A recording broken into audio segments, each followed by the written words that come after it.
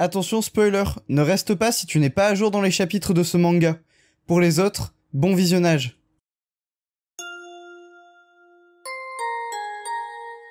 Bonjour à tous, c'est Saliste et aujourd'hui on se retrouve pour la review du chapitre 372 de My Hero Academia. Rappelez-vous, à la fin du chapitre 371, Mezo Shoji était en train de se battre contre Spinner et il était prêt à lui casser la gueule parce que Spinner n'était toujours pas abonné à ma chaîne YouTube. Donc si vous ne voulez pas finir comme Spinner, je vous invite vraiment à vous abonner.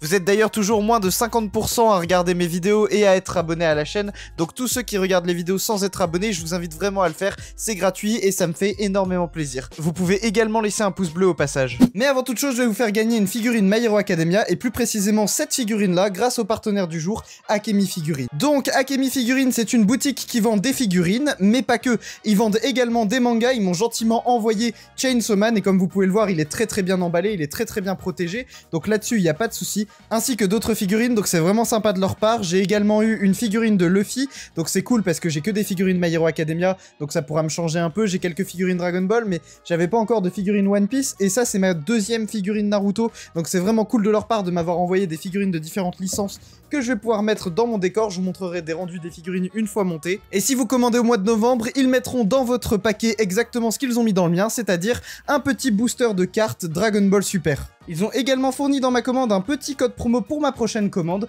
donc ça c'est vraiment cool de leur part, et vous aurez également la même chose. Bien sûr, tous les produits sont sous licence officielle, donc ce sont des produits vraiment officiels, donc My Hero Academia, Naruto, One Piece et plein d'autres licences. La livraison a été extrêmement rapide, et comme vous l'avez vu avec le manga Chainsaw Man, c'est vraiment très sécurisé et vraiment bien rembourré. Le paquet avait vraiment énormément de papier bulle à l'intérieur, et donc il n'y a aucun risque que vos figurines ou mangas soient abîmés durant la livraison. Et si jamais malgré tout ça, vous arrivez à avoir ne serait-ce qu'un petit problème avec votre colis, n'hésitez pas à contacter le SAV de Akemi Figurine qui est disponible 7 jours sur 7 et qui est vraiment très à l'écoute. Enfin, pour terminer, vous avez le code promo SALISTE5 qui vous permet d'avoir 5% de réduction sur toute la boutique. Et donc vous allez me demander comment on fait pour gagner cette figurine de Izuku. Et ben rendez-vous sur mon compte Twitter, lien tout en haut de la description, vous suivez les instructions pour participer au concours et vous gagnerez peut-être la figurine de Izuku. Un grand merci à Akemi Figurine d'avoir sponsorisé cette vidéo et on revient tout de suite à la review. Donc ce chapitre 372 va revenir exactement à la suite du chapitre 371, c'est-à-dire avec le combat de Mezo Shoji et de Koda contre Spinner ainsi que les autres mutants qui se sont rebellés. Bref, générique.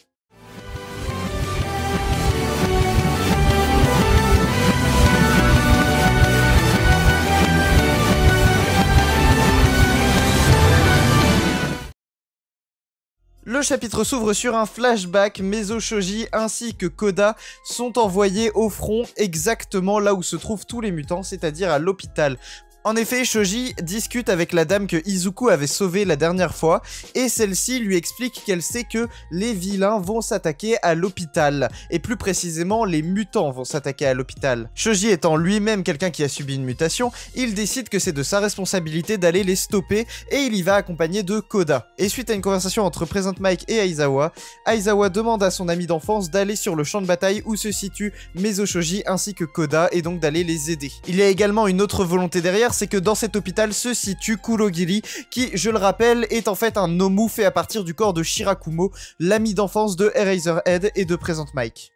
La troisième page nous montre donc un combat dantesque entre Mezo Shoji et Spinner. Elle reprend exactement la dernière case du dernier chapitre, mais sous un angle de vue différent, et on a Present Mic qui se dit qu'ils sont déjà bien plus puissants que lui et Aizawa à leur âge, puisqu'avec les générations qui passent, les personnes deviennent de plus en plus puissants, les alters sont de plus en plus forts. On a également un flashback de l'enfance de Koda avec sa mère qui possède la même mutation que lui, mais son père qui a l'air d'être quelqu'un qui ne possède pas de mutation, et donc on voit celle-ci expliquer à Koda que un jour lui aussi il aura des cornes, et que ces cornes lui permettront de communiquer avec des animaux qui sont même très loin de lui. Et c'est ce qu'on voit dans ce chapitre, l'évolution de Koda, son éveil d'alter avec ses cornes qui apparaissent. Ils utilisent donc tous les deux leur attaque ultime. On a l'Octo-expansion pour Mezo Shoji qui lui permet donc d'asséner ce coup de poing incroyable qu'il avait déjà préparé à la fin du dernier chapitre.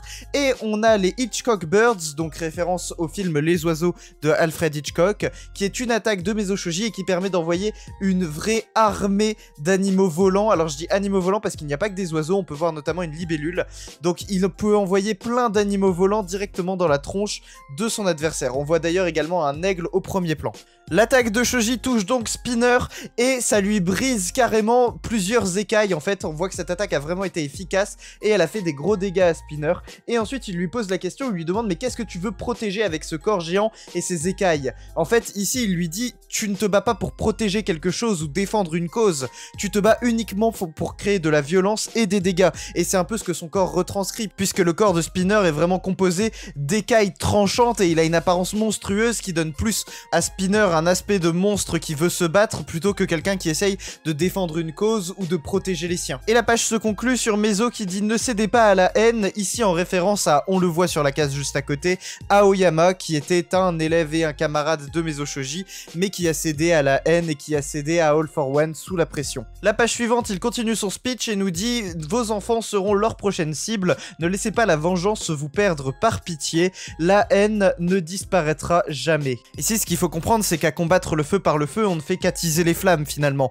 Mezo Shoji leur explique que si ils décident de faire violence eux-mêmes, de se faire justice eux-mêmes, tout ce qu'ils vont faire c'est réveiller une espèce de crainte chez la population envers les mutants qu'il n'y avait pas avant, enfin en tout cas qu'il n'y avait pas dans les grandes villes. Ça existait encore dans les campagnes mais ça n'existait plus vraiment dans les grandes villes. Ici ça va juste créer ce racisme qu'il essaye d'éviter en fait. Spinner rétorque à Mezo Shoji et répond que s'il nous attaque, on doit riposter. Il est toujours dans cette optique de violence, combattre le feu par le feu et essayer de prouver aux racistes qu'ils ont tort en les attaquant, ce qui n'est pas forcément la meilleure des idées.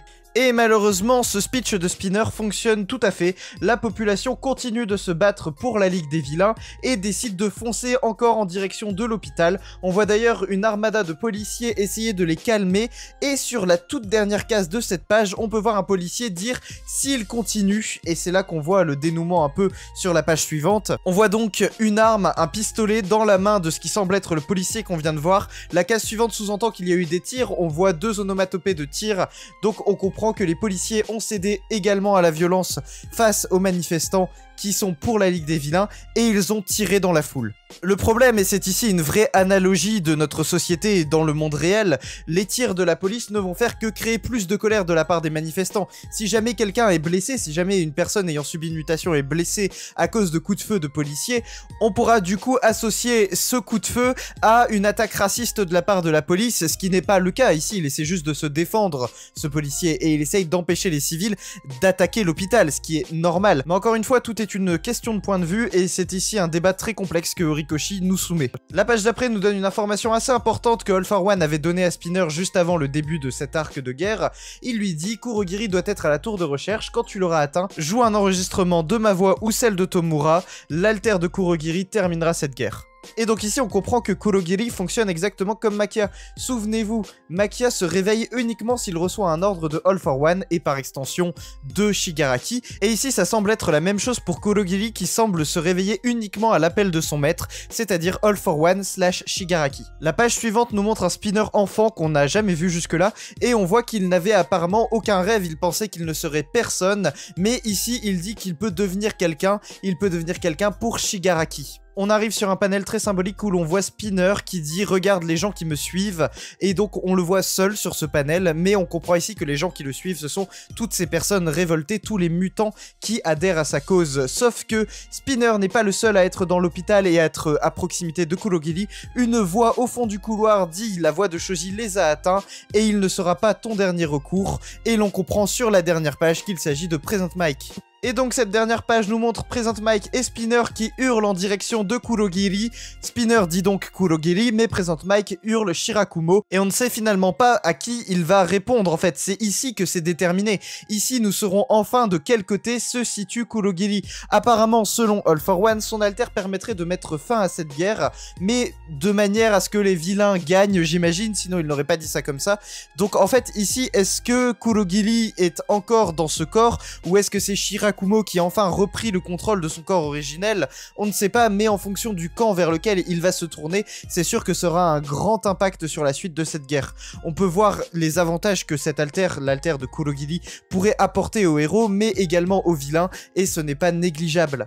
La semaine prochaine, il n'y a pas de chapitre, mais abonnez-vous, laissez un pouce bleu et activez la cloche pour ne rater aucune des prochaines vidéos qui sortiront. Vous pouvez également me suivre sur Twitter, Instagram et TikTok, les liens sont dans la description. Je vous attends nombreux nombreux là-bas. C'était Saliste et on se retrouve la prochaine fois pour une prochaine vidéo. Salut!